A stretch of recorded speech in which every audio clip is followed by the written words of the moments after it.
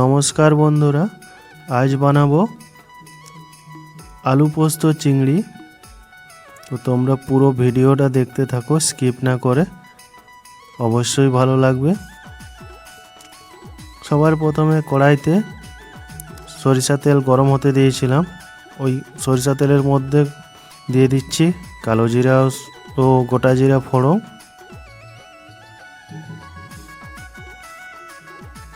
ফোড়নটা রেডি হয়ে গেলেই দিয়ে দিচ্ছি এখানে 4-5টা ধানি লঙ্কা। ধানি লঙ্কা দেওয়ার পর এখানে দিয়ে দিচ্ছি কেটে রাখা আলুগুলো, আর দিয়ে দিচ্ছি এখানে 3টা তেজপাতা।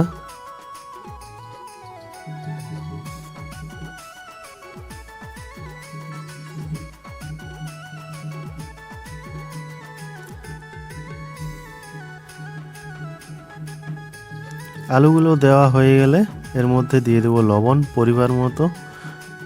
চিংড়ি মাছের ভাজাটা ভিডিও করা হয়নি, আমার চ্যানেলে অনেক চিংড়ি মাছের ভাজার রেসিপি আছে, তোমরা সবাই জানো, যারা আমার চ্যানেলে রেগুলার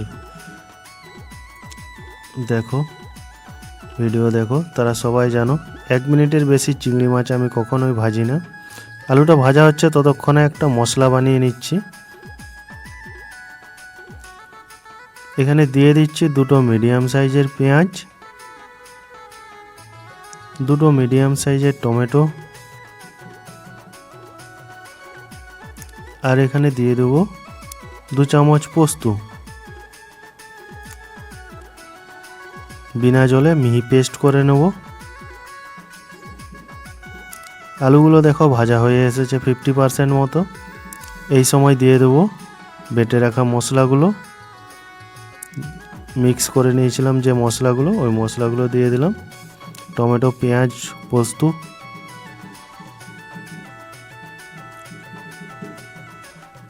ভালোভাবে নাড়িয়ে নেব।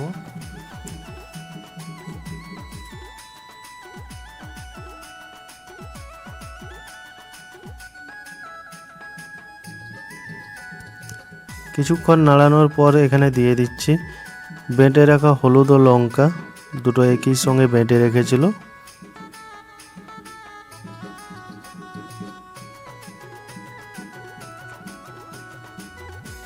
বাটি ধুয়ে হালকা জল দিয়ে দিলাম।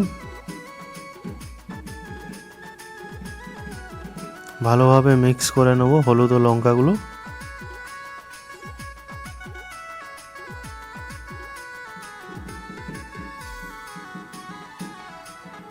তারপর এখানে দিয়ে দিচ্ছি বেটে রাখা জিরে ও ধনিয়া,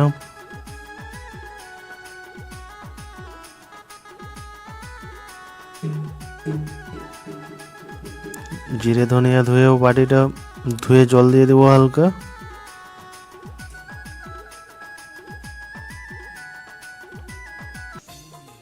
মিক্সি ধুয়ে হালকা জল দিয়ে দিলাম। আলুটাকে ভালোভাবে কষিয়ে নিতে হবে। আদা কিন্তু এখন দেওয়া হয়নি, আদা দেব মাছ দেওয়ার আগে। আদা বাটা, আদার কাঁচা গন্ধ এই পোস্ত ফ্লেভারের সঙ্গে ভালো লাগে। দেখো আলুর থেকে তেল ছাড়তে আরম্ভ করেছে, মশলাগুলো পারফেক্টভাবে কুক হয়ে গেছে। সাইড থেকে দেখেই বুঝতে পারছো তেল ছাড়তে আরম্ভ করেছে। আলুগুলো 70% মতো কুক হয়ে গেছে। এই সময় দিয়ে দেবো ভেজে রাখা চিংড়ি মাছ,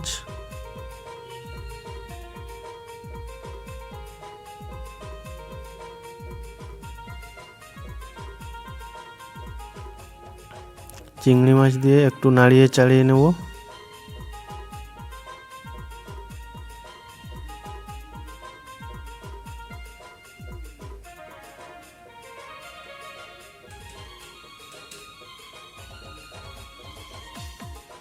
তারপর এখানে দিয়ে দেবো আদা বাটা।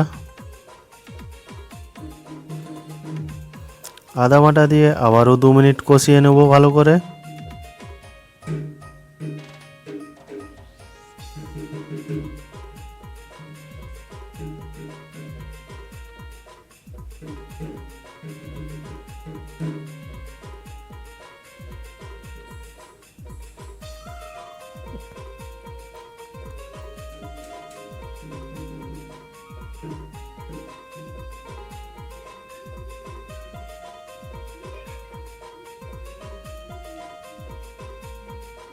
কষানো হয়ে গেলে এখানে দিয়ে দিচ্ছি জল।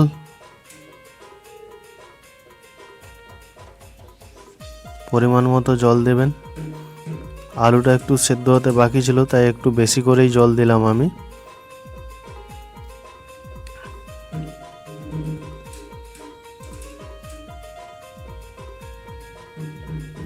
আমি এখানে ঠান্ডা জল ইউজ করেছি, আপনারা চাইলে গরম জলও ব্যবহার করতে পারেন।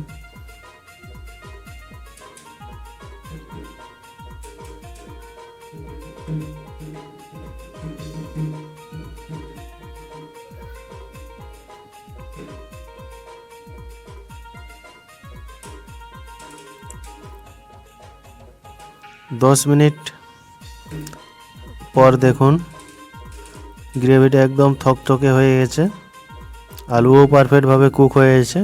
এই সময় পর থেকে ছড়িয়ে দেবো হালকা কাসুরি মেথি, দিয়ে নাড়িয়ে চাড়িয়ে নেব।